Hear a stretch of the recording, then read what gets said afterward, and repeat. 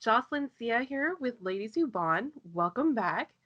Today I have a very special guest. We've got Chris Hunt of British Bond Addict. Welcome, Chris. Hey, thank you for having me on. This is going to be brilliant. Oh yeah, I'm excited.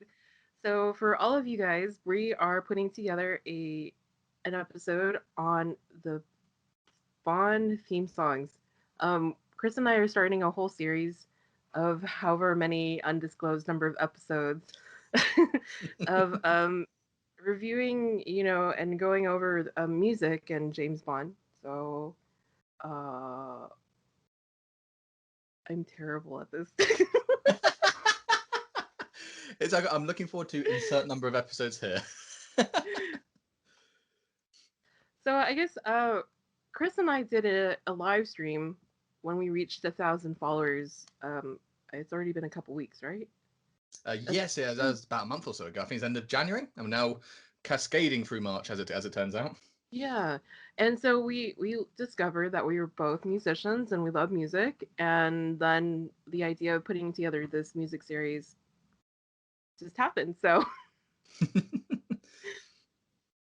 um Hmm. so I guess maybe we should go over like a little bit of our behind our music credentials. Like, since we are both musicians, you might want to tell people a little bit about yourself. Yeah. Well, first off, for me, it's been a strange one. Music's always been there for as long as I can remember. Like being obsessed with music when I was younger, playing it constantly, like to the stage where I just listen to music in the back. Like silence drives me absolutely nuts. I cannot have it. So I've always got some sort of music on.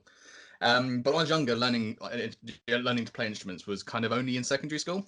So during that time, I managed to pick up a guitar. I managed to get one from my godfather, who's very generous, and I've been playing guitar for about 12 years now, which has been quite good fun. It's quite a versatile piece of kit, so I do quite like playing guitar.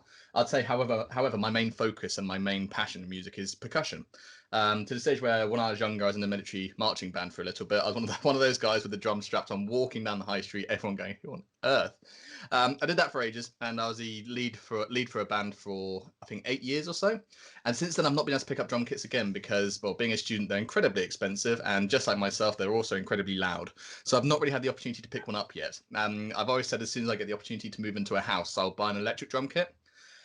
Just because it's the one that I catch myself doing. I'm tapping constantly. To the stage where when I'm teaching, my kids will be tapping like stop that, and then immediately start doing it myself because they put it into my head. And it's interesting. Music always pops up in so many different ways, and being a nerd in quite a few fields, James Bond, video games, that sort of thing.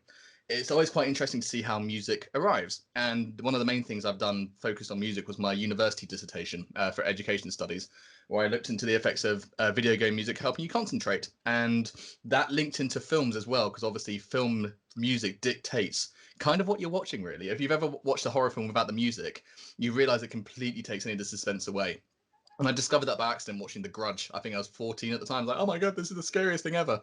Watched it on mute for a second. It's just a girl crawling on the floor. It's really not scary. So I've always been fascinated about how music can define things.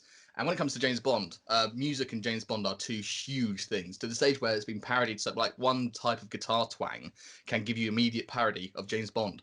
So, to go into detail with that, I'm absolutely excited about, and hopefully, some of my knowledge with instruments so far can give a bit of an insight. I'd say overall, as it comes to music as a whole, I'm very, very not narrow focus. I'm very sheltered in what I know, like lots of bonders, woodwind, trumpets, etc. So I'm looking forward to learning hopefully a bit about that. But yeah, I'm intrigued to see what it can bring up. I know that you've done quite a bit of music stuff yourself, haven't you, Jocelyn? Yeah, so I grew up with music, typical Asian family, learning, forced to learn how to play piano when I was 5. Took lessons, piano lessons till I was about 10. And then in elementary school, I started taking trumpet lessons. And I was fortunate enough that my elementary school actually had like a wood or a wind ensemble, which these days here in America, like having music classes that early is kind of rare now. It's kind of unfortunate. And then after that, in middle school, I switched to playing French horn, and I have been playing French horn since then. I played all through college. I ended up getting a minor degree in college in music, which just because I had so many music classes because I loved, like, I did like my normal degree, but the music department was like my other home, and I had so many other units of music classes that it was actually enough to get a minor. Mm. Fair enough. So Take it. yeah, yeah. So I've played pretty much my entire life, like reading music. I can read music, and that is like a language, like a whole nother language.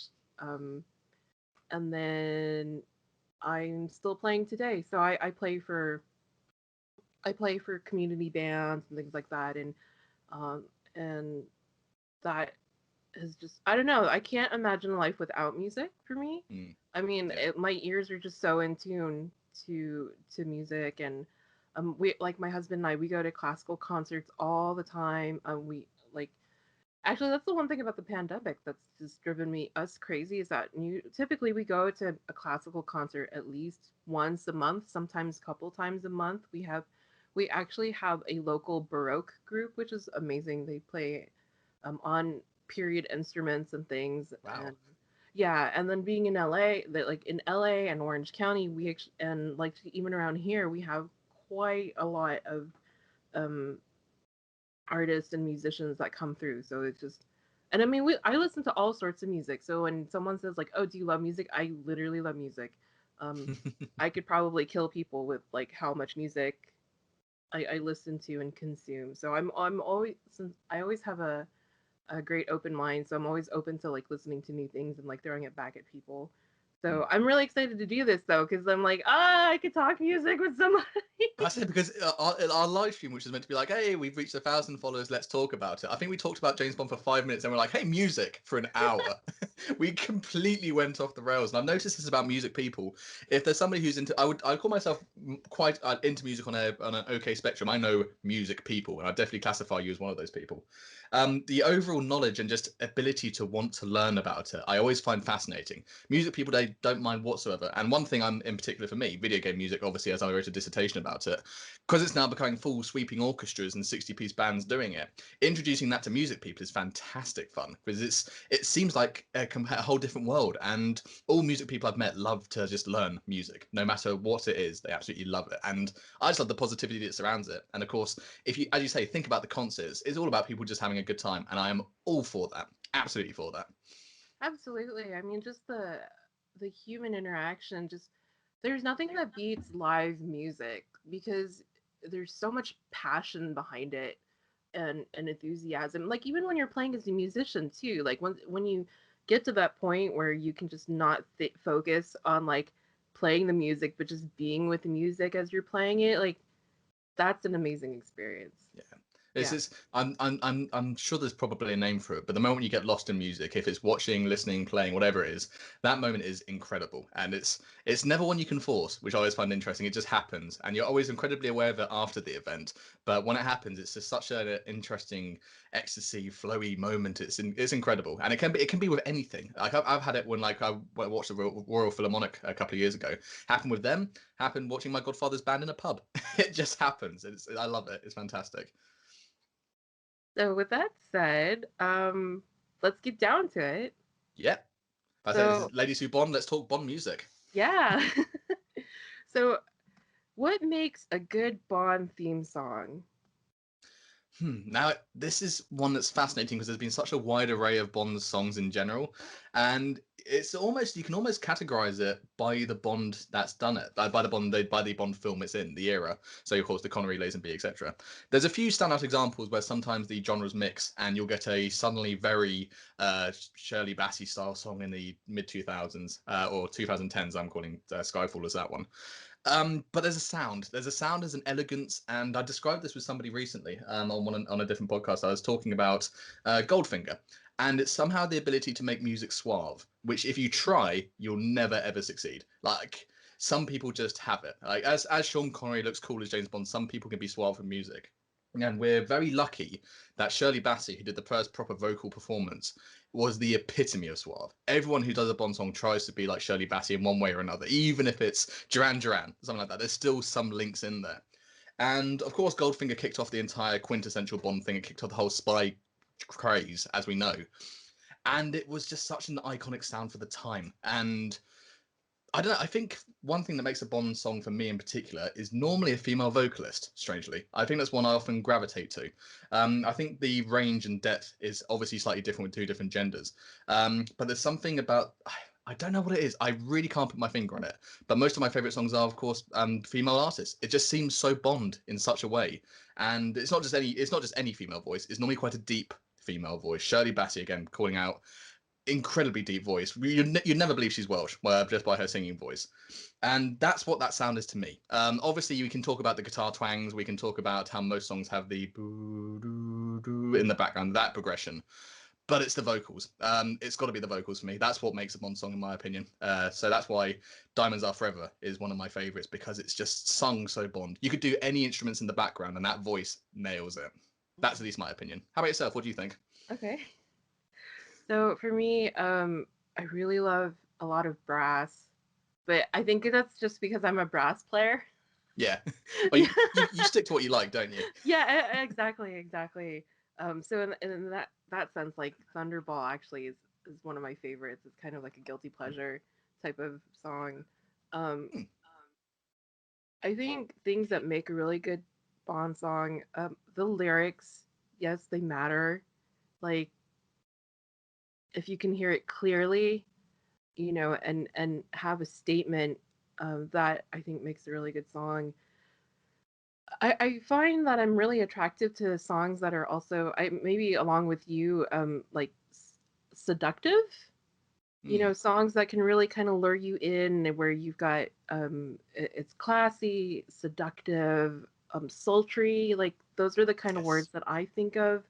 And then Yeah. that in juxtaposition with like the big, bold, and brassy. Like I think those two elements put together really make a good song. Hmm. I I think think that that when you think about Bond music, if we think about what's parodied the most, if anyone's going to rip off a Bond song, it's a slow, brassy song sung by a woman, and as you said, the lyrics are sultry, it's seductive, all that style. And obviously, if it's being parodied, that's going to be what is the standout look. For us, we're very biased because, of course, we're Bond fans. We can pick apart every single song. For the average person who's watched a few Bond films and enjoys it, that's clearly what's going to be what strikes them and makes it Bond. So that's clearly the thing that's been stuck out over the generations. yeah, definitely. Um, and I mean the thing too is that like you you have the artist that they select. It has to complement the music as well. So like even if you had great music, if you don't have the artist that go like complements it, it's just not going to work. You can't Mm, force those kinds of things too. yeah. So I think that's why like with Bassy it works because she is such a strong vocalist. Like her paired up against strong brass, like it works. Yeah. She is a strong enough element to basically fight back. But see, So she can match it if not excel it if she needs to. And often by the end of the song, exactly. that's when she's excelling it. She's matching it for the meantime, and then there'll be that last note, which Tom Jones did pretty well too, actually, a Thunderball, where he apparently fainted on the last note. It's the okay, I'll go along with it, but at the end of the song, right, I'm really gonna belt it, and you're gonna hear me. Yeah. Some of the other things I think that make a really good uh song is for me, I'm attracted to things in minor key Mm, yeah, versus major key, and I think so like the Bond theme is actually in a minor key. And that's what makes it really interesting. See, now I'm getting all technical here. So people expect this from us. Come on, this is a Bond music video. We can't just go. I like it because it sounds good. We yeah, need to be technical. Bring it out, Jocelyn. I think more than half, like I actually, because I'm a nerd, more than half of the Bond theme songs so far are actually in a minor key. Mm, And I think some of it too kind of corresponds with the era of Bonds, which I yeah. think is really interesting. So, for example, for Your Eyes Only, Moonraker, Octopussy, A View to a Kill, um, those are all in major keys. Yeah. Yeah, Which matches up with Roger Moore because, of course, obviously Roger, he has his fans and he has people who aren't a big fan of his films. His films are lighter-hearted. They're light-hearted. They're more fun, and you kind of need that music to reflect it. I mean, if you had Billie Eilish starting off, Billie Eilish starting off Octopussy, you'd be so confused just watching a jet fly through the huge explosion and then a really deep, somber piece of music. no idea what's happening. Yeah, I can see that, and particularly with Roger, it matches the aura of the film that you're going to watch. It sets you up essentially. Yeah, and it's kind of interesting. So people, I think maybe I'll fit in here somewhere. I'll just like play some stuff on the piano, just like so people can actually hear like the difference between what a major key and a minor key is. 'Cause this is a C major chord.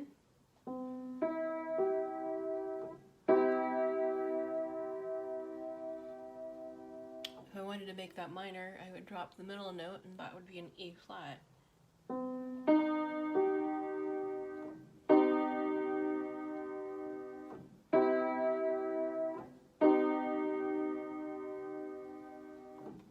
But a lot of times with minor keys, and I think that's why it sounds good for a Bond song, is that there's a bit of dissonance. You end up like a normal major key, you end up dropping like the middle note, so it's um and it creates a lot of dissonance, and it makes you feel just slightly uncomfortable, but not enough, you know. And I think Yeah, that really that adds to like it being a spy theme song of it being mysterious and I don't know if that makes sense. That makes sense, right? yeah. Yeah, mystery. Yeah, if you think about Yeah, the espionage side of, if you think about espionage in itself, it should be an inherently uncomfortable thing. So surely you can't imagine, you can't have high pitch, like not high pitch, sorry, you can't have high tempo jazzy music when you're trying to be sneaky, can you? right, right. Where like in contrast, when you have things in a major chord, like that's the kind of stuff that you hear in church music. You know, it's very bright and happy.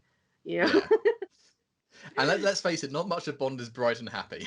no, no, and I think that's kind of funny. Like with the Roger Moore era, like all of those songs are in major key, and but I feel a lot of those movies are still very lighthearted. Um, Yes. Yeah, it matches it quite well. Something I've always found interesting when we're talking about how music matches up with the film. Um, the Daniel Craig era, which has had many different viewpoints overall. The Daniel Craig era is the first Bond that kind of has an overarching story the entire time, like the one that's present in every film at least.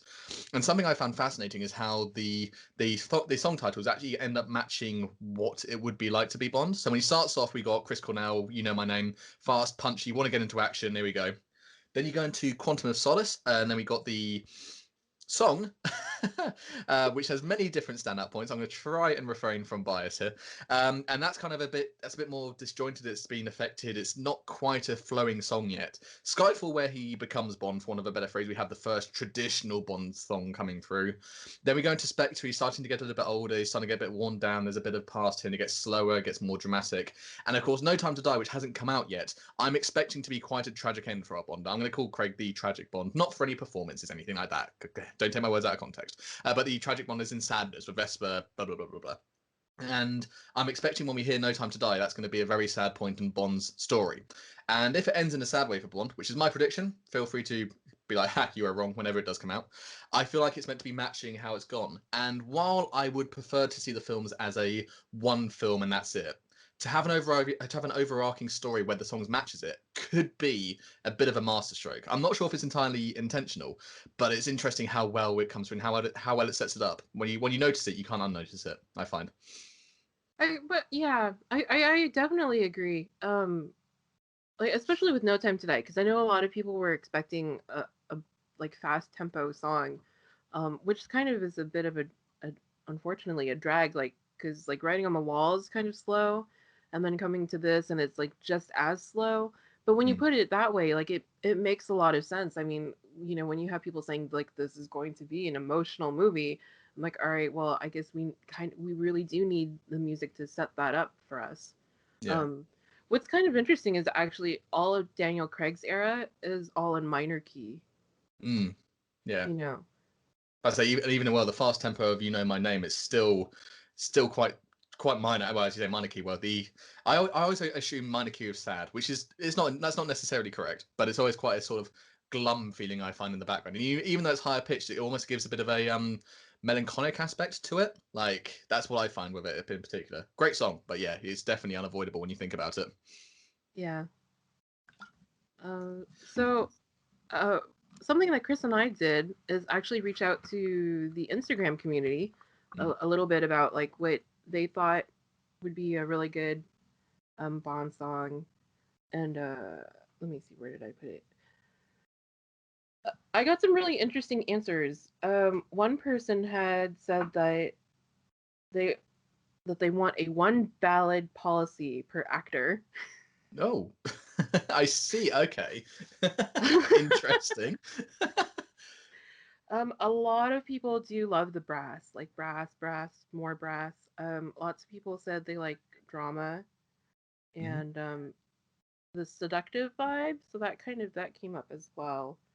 Uh, and then some people kind of talked about like they want a song that has a good hook or a good melody that defines the film. And then some people said that they want music like a song that defines Bond, which is Mm. understandable. Yeah. It's an interesting perspective when it comes to Bond in general. Lots of like, there's always lots of change going on with Bond. You always get the taglines of "this time it's going to be different," and "this will be the Bond girl to change all Bond girls," and all that sort of stuff. Something I think the community is quite happy with is not actually changing much, and I think constantly people are harking back for the old times, not necessarily going back to like 60s, but look going back to what we know Bond should sound like, or what they believe Bond should sound like. And because it's been kind of defined by what has become now parodied, as I mentioned earlier, I always find it interesting that people are so willing to go back to that. A Bond song, if you think about it, is a reasonably small part of a film. Obviously, you get the marketing. In Britain, if there's a Bond song announced, it's played non-stop on the radios until the film comes out, which means everyone is fed up with Billie Eilish by now. But yeah, like it's interesting how frequently people go same as before. More of the same. I think the only time it's been something radically different and been lauded was probably "You Know My Name." Prior to that, we're thinking "Die Another Day" didn't go down particularly well. The Madonna song, even though I think it's a bit of a jam. But before that, we're getting like "Garbage," "What Is Not Enough," "Tomorrow Never Dies," which I'm going to say "Surrender" is the Bond song. That's my personal preference there. It's interesting how we kind of got into a bit of a routine there, set up especially of "Goldeneye" by Tina Turner, and then to have a bit of a change. It's weird how the two changes were next to each other. Die Another Day, no, terrible. Let's go back to the old. Oh, this new thing works. We'll like that. But I don't hear anyone going back for another Chris Cornell style song. They're still wanting to go back to the seductive lyrics, the brassy lyrics. So it's interesting how the community can say, yeah, I love this song, but let's have this back. Let's go back to the originals again. And as you say, something that should sound Bond, or what did the person say? Something that's iconic Bond. What was it? Um, Something that defines Bond. yeah, something that defines Bond. I mean, I think a Chris Cornell song really does define Bond, like especially with it being Craig's first. Yeah, I mean, Yeah. there's been numerous situations where I had a few friends at university. Shocking. I had a few friends at university, and there's one guy who was always like, "I'm not in the mood for a Bond film. I don't want to watch it." All I had to do was play that song. He'd be like, "Right, I'm in. Let's go. Let's watch a Bond film." And like, you don't really get that with most Bond songs. You don't finish listening to Moonraker and like, "Yeah, I'm pumped." Yeah, I think Chris Cornell's, is really interesting because it really I think it does invoke all of that, you know. I wrote down here in my notes that he did an interview with BBC, and I think this is interesting. He said, quote, this is from the article, uh when he was asked to do the Bond song, he said their attitude was that they wanted someone who vocally could be unapologetically masculine. David Arnold's quote was that they didn't want the quote bird with a broken wing type of singing. Oh, Yeah. that's very derogatory. That's a very bizarre thing to say. It's just kind of interesting that they said that though. I mean, yeah, it's a unapolog- unapologetically masculine. Yeah, that's I can guess that. I guess with the it's new Bond, new vibe sort of thing, but don't diss the past. I mean, come on. I mean, to be fair, you go back to it 2 films later as Skyfall, so you obviously weren't that hung up on it. Yeah, what a weird way to present it, and also unnecessarily derogatory, I believe. Yeah. okay. I mean, I guess I think for me it's I don't really find that offensive. I think it was just like that's kind of like what we're looking for, but don't actually, Yeah, absolutely. Yeah, I think that was just his approach of like having that in the mindset to inspire the music that comes out of it, you know. Because Mm, I mean, I think a lot of people they probably just they put the theme song on, and I mean, like you said, you just like that is Bond for sure. yeah. Yeah. Actually, have you got any more on the what people wanted the Bond song to be? Because I've got a fantastic segue.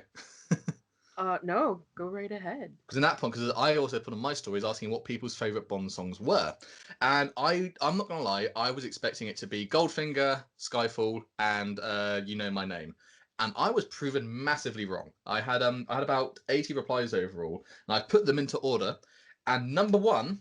A joint number one, we did have You Know My Name, but we also had View to a Kill by Duran Duran topping the votes. And I know many people in the community who are going to be overjoyed at that. And rightly so. It's a banger. I love View to a Kill. The lyrics may not make sense, but my god, it's as we say, it sets you up for that film beautifully.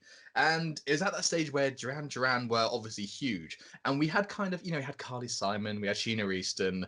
Right, last one for Roger Moore. Let's make it let's make it as close to a pop song as we can get, and they did a bloody good job. I loved it. So yeah, those two, according to people I know on Instagram, unequivocally, those are the two best Bond songs ever, and we can officially say that, and no one can ever say that against us. After that, after that, it gets a little bit more mixed up. In joint second, we now start going into more of what we call the traditional Bond. The World Is Not Enough, slow female artist. Skyfall, slow female artist. Diamonds Are Forever, slow female artist. Now, this is where we see the trend of the classic, shall we say, style coming through. And then we really get some oddball ideas. So number three is coming in third, joint third, real mix. Goldfinger, following the others, not too badly. Then License to Kill from Russia of Love, which of course was orchestral. On A Majesty's Secret Service, another orchestral one coming through. At this point, personal preference is really just incredible, and I love it. And it's one of those things. Often people talk about if you go into a room and it's full of Bond fans, no one will ever have the same film list. I now want to go into rooms and talk to people about Bond songs, because out of all of them, there are only 6 films that weren't picked up for their songs. Only 6 films didn't make it. And just to give you an idea, there's Octopussy was one of them, Moonraker was one of them, which I was a little bit shocked by because I do quite like Moonraker, but most people say they like the credits version. And another one that didn't turn up, which I was quite surprised by, just a little bit surprised by, Tomorrow Never Dies. Now, my personal idea is because Tomorrow Never Dies, as we know, was kind of shoved in with Sheryl Crow because she was much more marketable. The original song, and which is actually used in the incidental music, is Katie Lang, which was used at the credits instead. Now, I find this heartbreaking. She didn't know when she went to the premiere. She had to sit through the entire film expecting her to be the lead one, because she wasn't told, essentially. I think they've done a mild bit of marketing for it.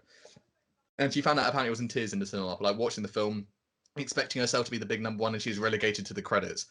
And I know personal preference is obviously subjective, but I do love Surrender by Katie Lang. It's such a good Bond song, and it's David Arnold as well weaves it into the film so much. I'm gonna be quite biased about Tomorrow Never Dies. I love it. I know it's got its critics, but that piece of music itself, I can't get enough of it. So to see it taken away, I'd love to see an alternate universe where that was the main Bond song and see how high up on the list it would be. Because I do feel the fact it's relegated to the credits has kind of knocked it out of contention, which was a shame. Quite a few going back to the list though. Quite a few had one vote. We had somebody saying "No Time to Die," so good. It's got its fans. We had one who said the original James Bond song from Doctor No, so I'm glad somebody caught that on. But yeah, a real interesting mix. Obviously, the standouts were there, but after you get past the first 3 songs, huge mix, and I love that personal preference. What would be Man, your number one? okay, so mine are kind of all over the place. Fantastic. I'm so about that. Yeah. So being a brass person, I love Thunderball. Oh, Just it it makes me happy. The lyrics can be a little bit weird, but yeah. especially the very end of Thunderball, the horn players that are holding the very high note, he or she, the player, they actually start to break at the very end, like they start to lose their embouchure, so you can hear it. You're like, and Hold on. Hold on. and so knowing that as a brass player, I'm just like, yeah, hold it until you can't anymore. I love that. Come on. 2 more seconds. Yeah. Actually, that's one thing that comes up a lot in the Bond parodies. The song will end with all the instruments going. "Oh." I wonder if Oh, that's one of the things that's come up with it. I wonder if that's part of it. maybe. Yeah. So Thunderball, I wasn't expecting. What else you got on your list? So my name is also on there. Mhm. The world is not enough. Nope. I Very think good. of the '90s era. That's probably my favorite. Hmm. Yeah. Cool. But I say for me, I'm like you, I'm very oddball, and I've picked my number one based on how loudly I sing this in the car when I know no one's listening. I'm sure people are listening and seeing my bright green car and me going what singing past it.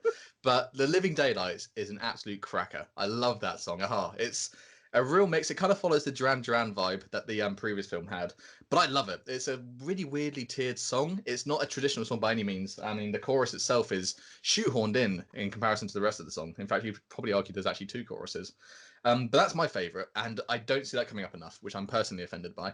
But moving on, Skyfall comes up a lot for me, just because what Skyfall singers my Bond likes don't really follow much of the Craig era, but Skyfall is my favourite overall, just because of the aura and ethos that was in Britain at that time. The marketing was insane; everyone was hyping it up, and then seeing it for the first time blew my mind.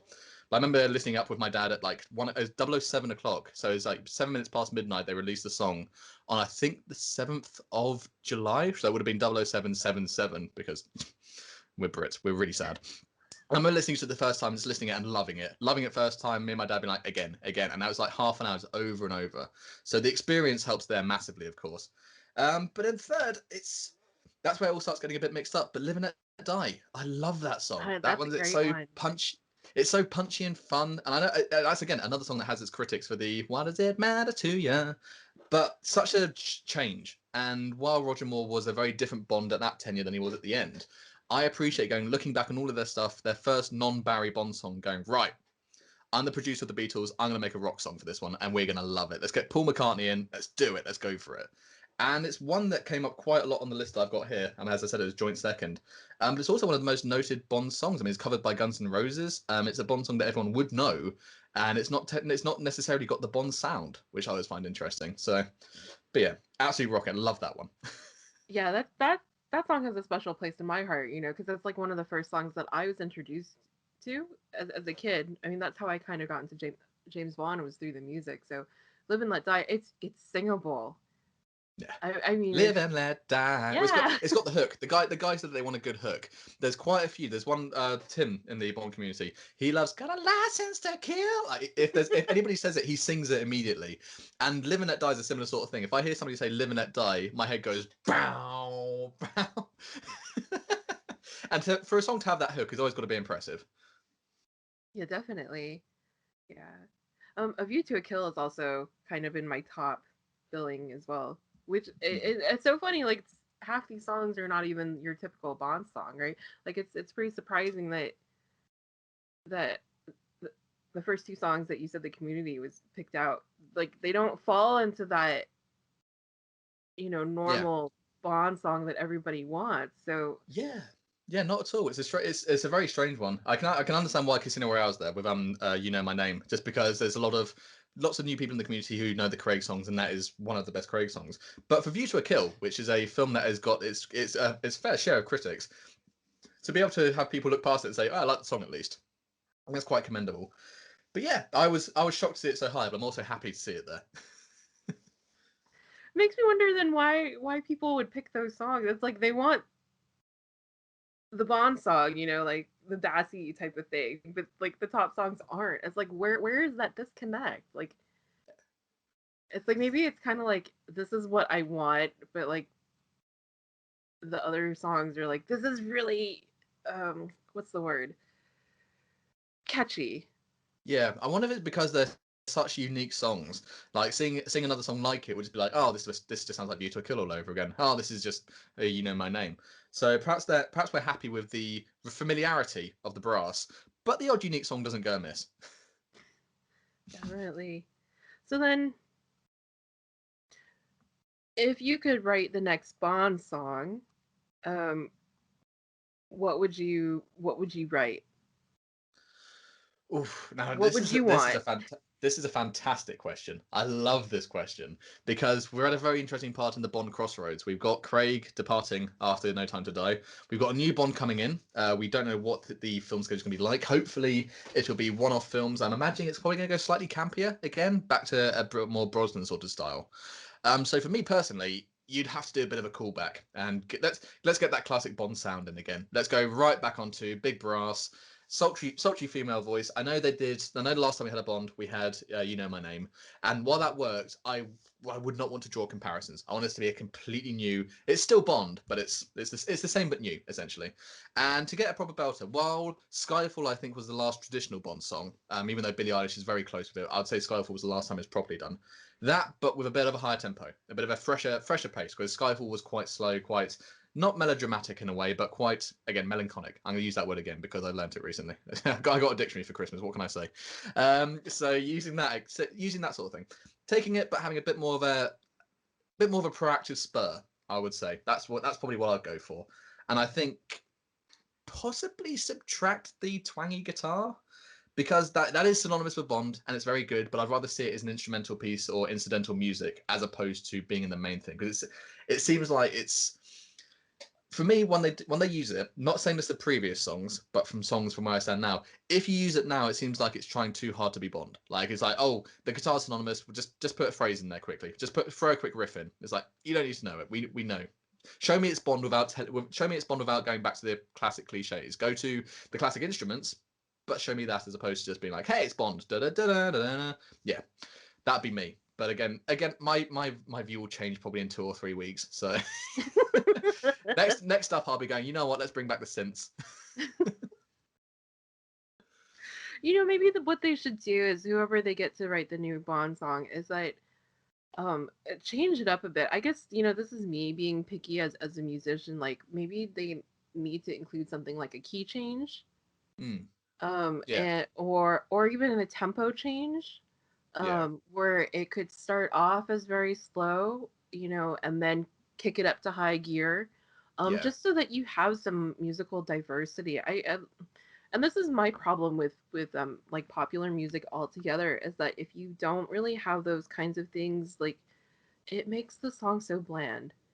And I guess that's why I love classical music, because like you'll have like your first movement, and it's like either it'll be really fast, like your typical symphony, right? As like first movement is fast, second movement is slow, third movement is like picking it up, and then fourth movement like kick it high gear all the way down to the finish line, and like bang, you're done, right? Yeah. Um, and I think, The whole planet suite is very good for that. Every time you move on to a new planet, a oh completely different vibe. I love that. yeah, that's like one of my favorite pieces. Oh, superb. Okay, totally off record here. My when I got married, I walked down the aisle of Jupiter. No Yeah, way. Oh, that's yeah, so good. yeah, Oh, that's lovely piece of music too for that. yeah. Oh. And actually, I think that's what I forgot what the name, because it's also used in British music, right? There's a song you guys sing, but I can't remember. My husband would know. Land of There's Hope and Glory? Yeah, it must be that, right? Because it's Yeah, I it's think it's written that. written to Jupiter, and Princess Diana also walked to that for her wedding. So I'm All like, right. And she was a massive Bond fan too, so bringing it back. yes. No Time to Diana.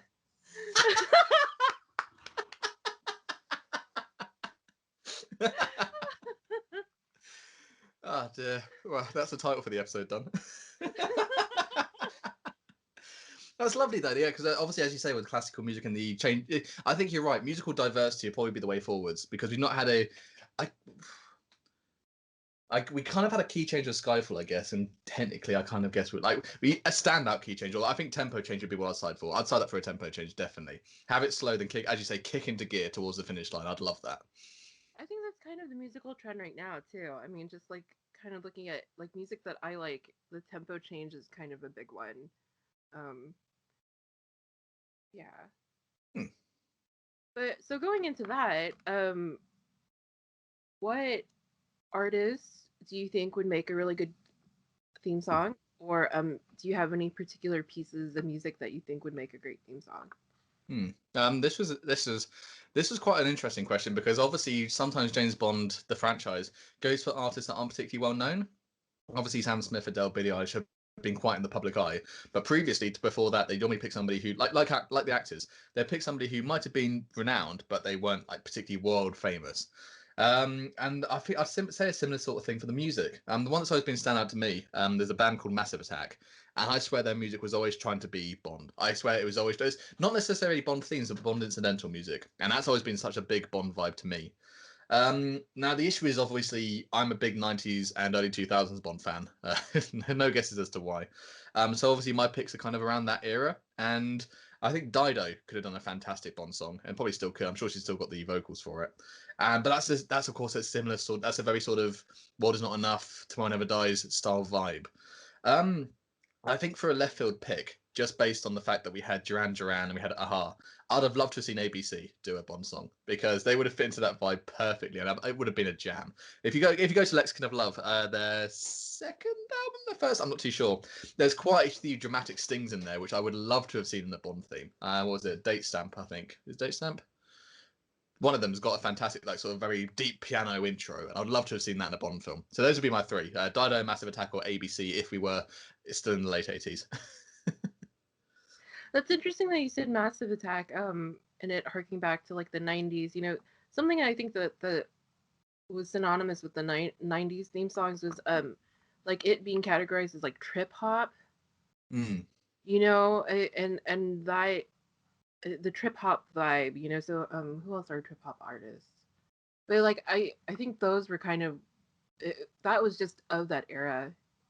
Um and I think we've kind of fallen out of it, but I think a lot of us have stayed because I feel like that too, and I think that's why I like The World Is Not Enough, because it's got a little bit of that trip hop, and then there's a sound to it. I can't describe it. It's a that's defined straight away. Like the first phrase, like immediately comes through and like says itself. Going back to the question I asked previously, what I get for a next Bond song, Garbage did it perfectly. Get the Bond vibe, but something completely different. They brought the trip hop into it, Yeah, and yeah, you get the big sweeping chorus, but the verse is a completely different beast. So yeah, absolutely. yeah. Okay, so I had a few. Um, so I have a couple of songs that for people who don't know, after the end of this, I'm going to link at the bottom, a link to my Spotify playlist, and that Spotify playlist is called Martini Special. It is basically a playlist of all rejected songs, Oh, okay. rejected Bond songs, covers that I really like, which aren't I haven't I probably should add some more, and then songs that I think would make good Bond songs, and there are some of them in there that have been recommended by other people as well, but I think it's probably nearing like 50 songs so far. There might be more. It Wow. is never ending. It's constantly growing. I'm always adding to it. But some people that I think would be really good. Janelle Monáe. Mm-hmm. Like I've been a big fan of hers. Like for since she started, like with her what do you call it? Like she had like science fiction like pop, but Yeah. now her music has evolved. It's a bit of more soul and R&B. But It could.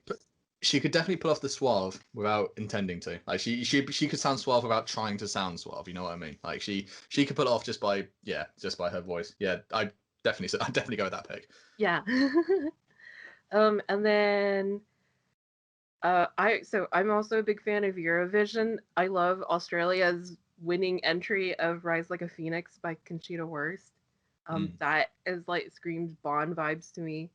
And then another person who I would love to see is a, a Dutch singer named Caro Emerald.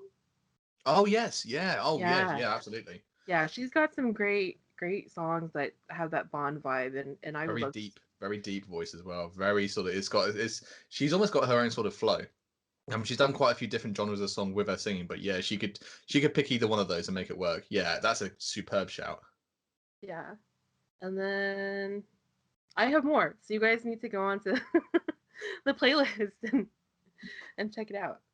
So, we also asked this question out to the community, and I got some interesting answers. One of them was Lana Del Rey, Oh and yeah. and actually one of her songs was the Rejected Bond song number. It was 24. Oh, So wow. yeah, I mean that's what everyone said. So I don't know if it's true or not, but I mean the Okay. song title is 24. Okay. And it came Yeah. out at the same time, as I I don't remember. Did it come out like around maybe Spectre or Must have been. or Skyfall, somewhere around there. I would say Spectre was 2015, and that was the 24th one. So it would have been around. I imagine would have been around that era. Oh, okay. Previously, Yeah. Skyfall before that was 2012. So a little bit of time between there, but Yeah. And I mean, that's also to say, recently, The Pretty Reckless released a song, and it's called 25. So, we're I'm not pretty, saying anything, but we do have our suspicions. yeah. Actually, in the lyrics, she sings Shatterhand. No way. Then Yes. that confirms it. Surely, no way. There's Yeah, no way that's a coincidence. yeah. So I'm pretty sure that was a rejected Bond song. Um, and then other people that wanted, they wanted Lady Gaga Hmm. as On the a on a similar vein of that vibe, Britney Spears, I think she wanted the role and the song, but she got rejected at some point. I don't think a song was written, but she did put herself in the limelight for it. And given Madonna having done a song beforehand, I could see why she was going for it. yeah, yeah.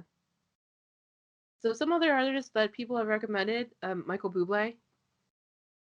That could work. To be fair, I now find him synonymous with Christmas songs. So like a Holly Jolly Bondmas or something like that could probably work. I'm sure he could work. He's got quite a good voice for it. And he does the slow lounge quite well. So yeah, that could work. I'll go for that. Yeah, and then Ariana Grande. Hmm. That'd be the up tempo pop style. But yeah, that could work. Yep. And then Florence and the Machine. Hmm. That I think that goes more like the trip hop kind of Yeah, vibe. that'd be back to mid 2000s really well, early to 2000s. That'd be that sort of vibe, which I'd Yep. happily return to. And then some other folks, Marina Diamandis, Hmm. and then Dua Lipa. Oh, Dua Lipa, yeah, she's did a song with Calvin Harris recently. I say Oh, recent, okay. it's probably 2018 now. Yes, yeah. Obviously, most of the songs I know from her are remixes, but she's got some pretty good lungs on her. So yeah, that could work. And then one person recommended Gorillaz. Oh, And well then someone now else, Gorillaz and the Killers. That also came up. Killers I can see just from it'd be a bit of a callback to mid 2000s. Gorillaz I can see because Gorillaz I had a very one-sided standpoint about until I heard the song Plastic Beach, I think, and Empire Ants. And there's a very slow, poignant style song. So strangely, Gorillaz could probably pull off a kind of Billie Eilish type of vibe, but out of nowhere. So I could go for that. If you're not listened to, give Empire Ants Gorillaz a shot if you've not listened to it. That's the sort of vibe I could see as a Bond song. It's a very slow, laid back kind of melody. I could see them pulling that off. Yeah. So that's yeah. I'll have to give that a listen. I haven't heard that one yet. Most of the Gorillaz I had, I'm not gonna lie, I had a very stereotypical view of the Gorillaz, and then somebody played this song for me, and it changed it completely. So yeah, give it a look. Empire Ants, can't recommend it enough. It's a really out there song. It's interesting. Artists often pull off one song every now and then where they just completely change it up, and more often than not, it works. Just to show quite how versatile these bands are. This is one that really took me by surprise. Okay. I kind of feel like that with Muse.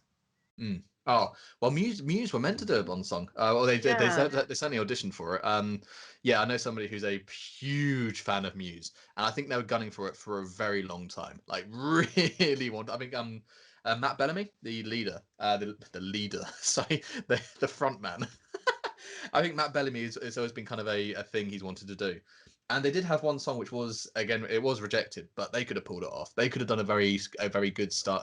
You know my name style song would have been a bit more minor, would have been a bit more probably a bit slower, but it could have worked definitely. I could see Muse doing it, and I hate to say that because I don't particularly like Muse. I really like the music of Muse. And I love Matt Bellamy as an individual. I just don't like the kind of whiny singing he does. And it's not. Mm. I know I'm wrong. I'm in the minority. I happily accept that. I just find it very grating, unfortunately, which is a shame because like he is fantastic at what he does, but the whine, which we kind of saw a little bit with Sam Smith, it doesn't sit with me too well, unfortunately. Maybe they should do like a collaboration with somebody else. Hmm. Like Yeah, maybe absolutely. have all of the Muse like music, and then have what if they had a female singer? Muse X Adele. That would be my dream. Oh, That'd that be would be perfect. great. All right, Eon, There we get go. on it. You're welcome.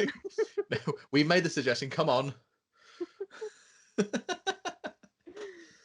So, before we end, is there anything else you'd like to add? um, You mentioned quickly about Bond, like not Bond covers, but people doing the same version of Bond songs. And one that I've been introduced to reasonably recently, within the last year or so, was a guy called Roland Shaw. Now, back in the 60s, obviously, getting the exact music from Bond films was quite hard to come by. And lots of people, to make a quick buck, would take the most popular song and do it in their style. And it means you get very like cookie cutter versions of songs. However, Roland Shaw was obviously proud of his work, and he did some fantastic remakes of some classic songs, and he was doing it in the 60s and 70s. And he often did instrumentals. So Goldfinger, which is a song I quite like, there's an instrumental version by him which ups the tempo slightly, gives a bit more brass, makes it a bit more laid back. And it's a completely different way to listen to a song that you know so well, and the familiarity is already there. So I love it. Roland Shaw, can't recommend him enough, just for people who do a Bond song without necessarily copying it. And it'll take a song like the 007 theme, which isn't the main Bond song. It's the bit where Bond still selects the ba ba ba ba ba ba ba. That entire scene's got very regimented percussion. He changes it up, puts a completely different drum beat in it, changes the strings, changes it, and it's, even if it doesn't work, it's nice to see someone experimenting with it and not just sitting back and going, "Hey, I know how to do this. We'll just do the same thing." That's one that I listen to so frequently. He's got James Bond music, even more James Bond music, and music for spies, I think. And I just love the a breath of fresh air for stuff we already know, and he does it so well. So that's the only piece of information I wanted to add. That I love that. Okay. Well, maybe you have to link in the. I'll link in the notes. Some of Absolutely, his yeah. music. He's Yeah. readily available on YouTube, Spotify, and Amazon Okay. Prime, as far as I'm aware. Actually, going off of that, I think David Arnold should sing a Bond song. Oh, could sing it. Yes. Has he got a good singing voice? So okay, so there's this one video on YouTube where he's singing "No Good About Goodbye." Oh yeah. Oh my god, and he's playing piano. It's fantastic. Like, Too broken to forgive, too painful to relive now. There may be other arms to hold, they'll only keep me from the cold. A simple thing to say, the past won't go away now. How long can a heart stay broken? How long if the pain's unspoken? No solace in a kiss, no comfort in a sigh, no good about goodbye. I think maybe he should write his own song and then sing it too. I Oh, think. I would love to see that one. I have the hugest amount of respect for David Arnold. His own version of Bond songs that he did, similar to Roland Shaw, doing your own version of the songs and making it different. That got him handpicked by John Barry to be the next Bond like composer. I'm gutted he's not come back since Quantum of Solace. I'm sure it's not. I'm sure he's been shafted as opposed to refusing. But yeah, I'll give him all the time in the world, and it would not surprise me if he's amazingly good at singing. I would be so unsurprised if he could. Yeah, and in that case, yeah, I want to see that because he's also somebody with a great sense of humor. So I Yeah. feel like he could bring some fun to it too. I think there's also another video of him singing "The World Is Not Enough." I don't know. There's two videos that I have in my playlist of on YouTube of him singing. So like, I think it would be really good. I mean, he just his music too. Just it's so good from Mm. taking over from Barry. So Yeah, he did such a good job, and he changed it whilst making it different. And yeah, he kept the vibe. And to be fair, his version of the Bond theme has been used in every single film since Casino Royale. Like even Thomas Newman is still using it because it's that undeniably good. And I'm always going to appreciate somebody who can do that. And if he can sing into a Bond song too, I'll take it. Yeah, let that happen. yeah, that would be nice. Okay, let's hope that David Arnold comes back for Bond 26. Fingers crossed. Make it. Let's make a hashtag. Let's get that trending. David Arnold for Bond 26. Arnold for 26. There we go. Yeah, yeah. That goes with my other hashtag, Kyle Borbeau for Bond 26. There we go. We'll make that happen. Both of those together will be a dream come true. All right. Well, where can we find you, Chris? So I'm basically only on Instagram. I'm at British Blonde Addict. I'm the one with a huge Union Jack tie because I've got one selling point. I'm British, so there you go. I'm basically available there, and I've been popping up on a few things here and there since. So yeah, that's where you can find me. All right, great. And you guys can find me here on YouTube. Subscribe, please, wherever the subscribe button is. Do it. The content is fantastic, and I'm not just being biased. Thank you. And then follow me on Instagram, and I'll link that below. And we're gonna come back with another episode. Hmm. All See you right. again soon. Thanks again for having me on. Yeah, my pleasure. All right, take care, guys. Bye.